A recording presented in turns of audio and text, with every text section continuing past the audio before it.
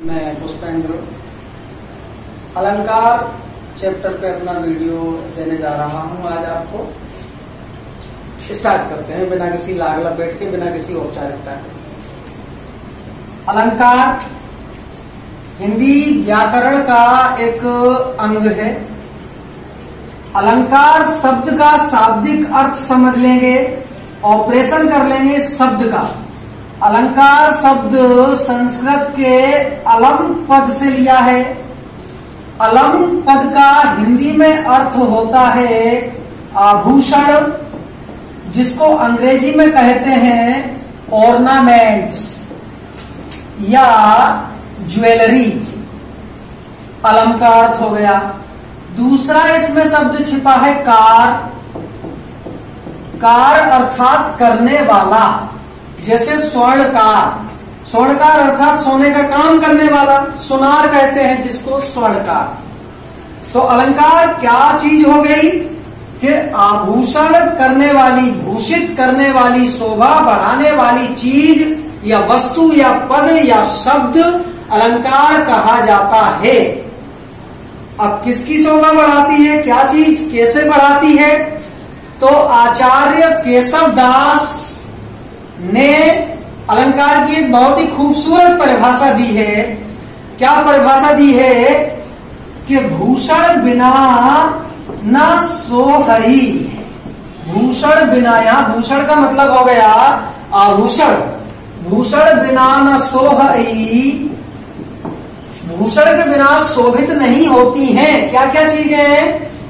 कविता coma Banita coma मित्र पूर्ण विराम। आचार्य केशवदास अलंकार को परिभाषित करते हुए कहते हैं कि भूषण के बिना, आभूषण के बिना, अलंकार के बिना शोभा नहीं देती है। कविता शोभा नहीं देती है। बनिता, बनिता का मतलब हो गया कोई स्त्री, कोई महिला। महिला आभूषण के बिना शोभा नहीं देती है। और मित्र मतलब हो गया मित्र। मित्र आभूषण के बिना शोभा नहीं देता है। अब ये पंक्ति तो केशवदास की अलंकार बताने के लिए है, लेकिन इस पंक्ति में भी एक अलंकार छिपा हुआ है। अब अलंकार की बात हो रही है तो देख लेंगे इस पंक्ति में भी कौन सा अलंकार छिपा हुआ है। श्लेष अलंकार छिपा हुआ है। ये बात उनके लिए बता रहा हूं, ऐसे वॉचर्स के लिए, ऐसे व्यूअर्स के लिए जो अलंकार को पहले से थोड़ा बहुत जानते हैं, परिचित हैं। ये बात केवल उनके लिए बताई। इस पंक्ति में भी श्लेष अलंकार है। श्लेष अलंकार क्या होता है? श्लेष का अर्थ होता है चिपका हुआ, जुड़ा हुआ, कनेक्टेड, अटैच्ड, फिक्स्ड। यानी कि पंक्ति में जब शब्द, कोई शब्द एक बार आए, उस एक बार आए हुए शब्द के अर्थ एक से ज्यादा निकले, मोर देन वन, एक से ज्यादा निकले, और उन अर्थों को निकलने के लिए, उन अर्थों के लिए कोई अवलंब भी हो, कोई आलंबन भी हो, उनका हेतु, उनका ऑब्जेक्ट भी हो उस पंक्ति में, तब उस शब्द में श्लेष अलंकार होता है। श्लेष माने चिपका हुआ। अब जैसे यहाँ भूषण का अर्थ, कविता का भूषण मतलब कविता का आभूषण, मतलब कविता का अलंकार। जैसे शब्द अलंकार, अर्थ अलंकार, शब्द अलंकार में ये आ गया, अनुप्रास, श्लेष और ये आ गया। और अर्थ अलंकार में आपका उपमा, उत्प्रेक्षा, रूपक, वक्रोक्ति, विशेषोक्ति और वक्रोक्ति, विभावना, ब्याज स्तुति, ब्याज निंदा, ईटीसी आदि आदि ये आ गए। तो कम टू द पॉइंट कि कविता का आभूषण मतलब कविता का अलंकार। तो भूषण का कविता के लिए अर्थ निकला ये अलंकार। बनिता किसी महिला का भूषण मतलब किसी महिला का आभूषण, किसी महिला की ज्वेलरी। ज्वेलरी को क्या बोल दिया? गहने, अंगूठी और वगैरह वगैरह। और मित्र किसी मित्र का आभूषण। मित्र का आभूषण मतलब उस मित्र के सद्गुण, अच्छे गुण, गुड क्वालिटीज, सच्चरित्र, अच्छा चरित्र आपके मित्र का, ये उसके आभूषण हो गए। तो इस पंक्ति में कौन सा अलंकार हो गया? भूषण शब्द में श्लेष अलंकार हो गया। छोड़िए सब बात को, न्यू लर्नर्स के लिए बात पर आते हैं, दोबारा से पॉइंट पर आते हैं। अलंकार शब्द अलम और कार से बना। अलम मतलब आभूषण, कार मतलब करने वाला, यानी शोभा बढ़ाने वाला शब्द, शोभा बढ़ाने वाला पद, शोभा बढ़ाने वाला तत्व अलंकार कहलाता है हिंदी व्याकरण में। आचार्य केशवदास ने परिभाषा दी, भूषण बिना न सोहई, कविता बनिता मित्त। भूषण के बिना ये तीन चीजें शोभा नहीं देती हैं। अलंकार की कुछ और परिभाषाएं कुछ और विद्वानों के अनुसार हम देख लेते हैं। तो अलंकार के लिए सामान्यतः कहा जाता है कि अलंकारोति इति अलंकारः, कि जो अलंकार उत्पन्न करे, जो अलंकृत करे किसी चीज को, उसे अलंकार कहते हैं। इसी बात को दंडी ने कहा है। दंडी के शब्दों में दंडी ने कहा है कि अलंकार क्या है? अलंकार काव्य के शोभा कारक तत्व है, शोभा कारक धर्म है। संस्कृत में इस बात को दंडी ने बोला है कि काव्यम शोभाकरान धर्मान अलंकारान प्रचक्षते। इसी बात को वामन ने बोला है कि काव्य सौंदर्य को अलंकार और अलंकार कहते हैं, और उसी से काव्य अलंकार सौंदर्य ग्रहण करता है। संस्कृत में इस बात को वामन ने बोला है कि काव्यम ग्राह्यम लंकारात् सौंदर्यम लंकार। ये परिभाषाएं होंगी विभिन्न विद्वानों के द्वारा। अब अलंकार के प्रकार पर आते हैं। दूसरा पहलू, the second aspect, the another aspect of अलंकार, ऑफ ऑर्नामेंट्स। अलंकार कितने प्रकार के होते हैं? तो प्राथमिक रूप से प्रधानतया अलंकार का पहला जो डिवीजन है दैट इज शब्द धन अलंकार बराबर शब्द अलंकार। शब्द धन अलंकार मतलब शब्दों के द्वारा अलंकार उत्पन्न हो। किसी कविता में पंक्ति में शब्दों में ही कुछ ऐसी सेटिंग, ऐसा सिस्टम बनाया जाए, ऐसी तारतम्यता बनाई जाए कि कविता की पंक्ति के शब्द को पढ़ के आनंद आ जाए, चमत्कार उत्पन्न हो जाए, वहां शब्द अलंकार हो गया। अब शब्द अलंकार में आपके जैसे अनुप्रास हो गया, बार बार आवृत्ति होना, और कौन सा यमक हो गया। यमक मतलब एक समान शब्द पंक्ति में दो बार आ रहा है, दोनों बार अलग अलग अर्थों में आ रहा है, यमक अलंकार हो गया। श्लेष को ऊपर हम देख ही चुके हैं। श्लेष का शाब्दिक अर्थ होता है चिपका हुआ, एक ही शब्द हो उसमें एक से ज्यादा अर्थ चिपके हो, श्लेष अलंकार हो गया वहां पर। ये प्रधान अलंकार हो गए, शब्द अलंकार के अंतर्गत प्रमुख हो गए। और इसी वैसे तो अलंकारों के बहुत प्रकार है, 50-55 प्रकार नॉर्मली हमें किसी ऑथेंटिक बुक में और एक ऑथेंटिक राइटर के डिस्क्रिप्शन में वी कैन फाइंड आउट, हम प्राप्त कर सकते हैं, but these are the primary. दूसरा प्रकार है अर्थ धन अलंकार बराबर अर्थालंकार, यानी काव्य की किसी पंक्ति के अर्थ करने पर चमत्कार उत्पन्न हो, वो अर्थ अलंकार की श्रेणी में आ गया। अब ये शब्द धन अलंकार, शब्द अलंकार, अर्थ अलंकार, इनमें संधि कौन सी होगी? इनमें संधि होगी दीर्घ स्वर संधि, आ ई, इनकी ये ट्रिक होती है। इस प्रकार से चर्चा करेंगे जब संधि पढ़ेंगे तब। तो अर्थ अलंकार में प्रमुख रूप से बहुत सारे होते हैं, आप लोगों ने थोड़े बहुत सुने पढ़े होंगे तो जानते होंगे।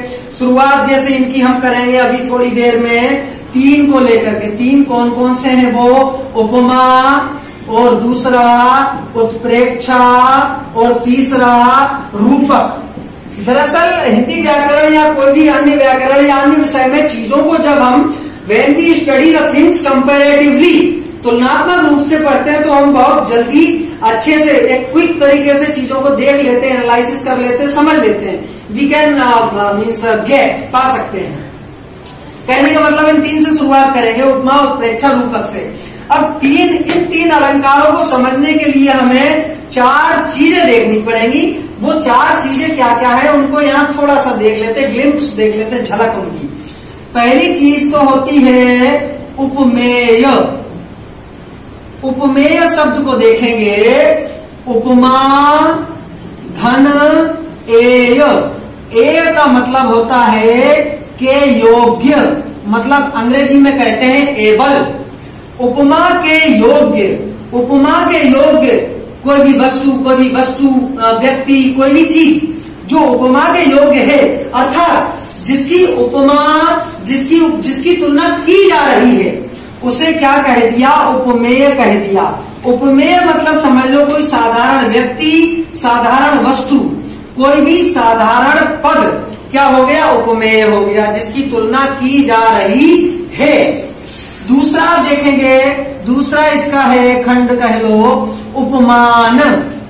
उपमान तो उपमेय को हमने समझा कोई साधारण, और उपमान हो गया समथिंग स्पेशल, कुछ विशिष्ट। विशिष्ट क्या हो गया, उपमान हो गया। फिर से देखो, उपमेय जिसकी तुलना की जावे, उपमान जिससे तुलना की जावे वो उपमान हो गया। उपमेय समथिंग नॉर्मल, ऑर्डिनरी, उपमेय हो गया। उपमान something special, something big, something huge, something wide, that is उपमान, उपमान हो गया। 2 अंग हो गए। तीसरा अंग देखेंगे, तीसरा अंग है वाचक शब्द। वाचक शब्द, वाचक शब्द क्या होता है साहब, कि उपमा अलंकार जिस पंक्ति में होगा, बहुत इंपॉर्टेंट बात बता रहा हूं स्टूडेंट्स, ध्यान से सुन लेना। उपमा अलंकार का उदाहरण अगर नॉर्मली स्टूडेंट्स मुझसे क्लास में कहते हैं, कई सालों से देख रहा हूं कि सर थ्योरी तो समझ में आ गई हमें कि उपमा अलंकार क्या है, ये क्या है, थीम बन गई, लेकिन जब एग्जाम्पल आता है पेपर में तो हम अक्सर थोड़े से कंफ्यूज हो जाते हैं। बिल्कुल जाहिर सी बात है, निश्चित हो जाते हैं। अब एक ट्रिक के रूप में देख लेते हैं वाचक शब्दों को। अगर किसी पंक्ति में अलंकार पूछा है और उस पंक्ति में इनमें से कोई एक शब्द आ रहा है, कौन कौन से शब्द, सी, सा, सम, समान, समाना, सरेस, और एक और होता है भाई, कौन सा होता है, सी, सा, सम, समान, समाना, सरेस और ज्यों और जैसे, ज्यों और जैसे। लगभग ये खत्म हो गया आपका उपमा अलंकार ट्रिक के द्वारा। अगर किसी पंक्ति में उपमा अलंकार है तो इनमें से कोई एक शब्द आपको मिलेगा।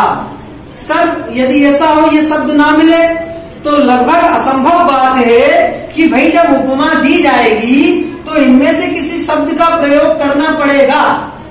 जैसे मातृ सी मुख चंद्र समाना, सीता माता का मुख चंद्रमा के समान है, समाना, और तमाम सारे एग्जाम्पल है। अभी हम कम से कम 20 एग्जाम्पल देखेंगे उसी चीज को लेकर कि स्टूडेंट्स अक्सर क्लास में बोलते हैं कि देयर आर मेनी एग्जाम्पल्स, और तो उनको फाइंड आउट करके सर कलेक्ट करके तो मैं वही कोशिश करूंगा, I will try to give those things.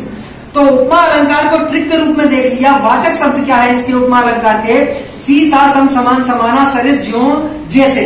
उत्प्रेक्षा अलंकार, उत्प्रेक्षा अलंकार के लिए ये शब्द हो जाएंगे आपके ऊपर, ये नीचे लिख देता हूं मैं उत्प्रेक्षा के, मन मानो, जन जानो, मनहु जनहु।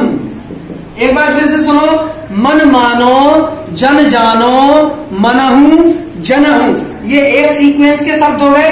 एक और अलग से शब्द लिख लीजिए आप इसको, इव। मन मानो, जन जानो, मनहु जनहु, इव। इनमें से कोई शब्द अगर आपको मिल रहा है किसी पंक्ति में, उस पंक्ति में अलंकार पूछा है, आगे बंद करके आप लगा दीजिएगा उत्प्रेक्षा अलंकार। उत्प्रेक्षा अलंकार हो गया। अब रूपक अलंकार की पंक्ति में क्या होगा, रूपक अलंकार की पंक्ति में वाचक शब्द का अभाव होगा। क्यों होगा, क्योंकि उपमा अलंकार में उपमेय की तुलना उपमान से की जा रही है कि साहब ये इस जैसा, इसके समान, छोटे की तुलना बड़े से, सामान्य की तुलना विशिष्ट से उपमा अलंकार में तुलना हो रही है। उत्प्रेक्षा अलंकार में क्या होगा, संभावना, पॉसिबिलिटी बताई जाएगी। मैथ्स के स्टूडेंट समझना, मैथ्स में आपने खूब सुना होगा, पढ़ा होगा, माना कि, सपोज दैट, माना राम के पिता की आयु 22 वर्ष। तो ये माना की जो सपोजिशन है, जो सपोज है, ये माना, ये संभावना, संभावना उत्प्रेक्षा अलंकार की पंक्ति में दर्शाई जाएगी और इनमें से एक वाचक शब्द आपको मिलेगा। फिर से देखो, उपमा अलंकार में साधारण की तुलना हो रही थी विशिष्ट से। उत्प्रेक्षा अलंकार में तुलना नहीं होगी, there is no comparison, there will be possibility, संभावना व्यक्त की जाएगी। अब संभावना व्यक्त करने के लिए आप प्रैक्टिकली सोचो कौन से शब्द है। माना कि राम की आयु 1 वर्ष, तो माना, मन मानो, जन जानो, मनहु जनहु, ज्यों और इव, ये सॉरी ज्यों नहीं आएगा, ये उत्प्रेक्षा अलंकार हो गया। रूपक अलंकार में क्या होगा, रूपक अलंकार के उदाहरण में उपमेय और उपमान में ना तो कोई तुलना बताई जाएगी, ना ही संभावना बताई जाएगी, बल्कि उपमेय और उपमान सम हो जाएंगे, equal, equivalent. Pause please, everybody.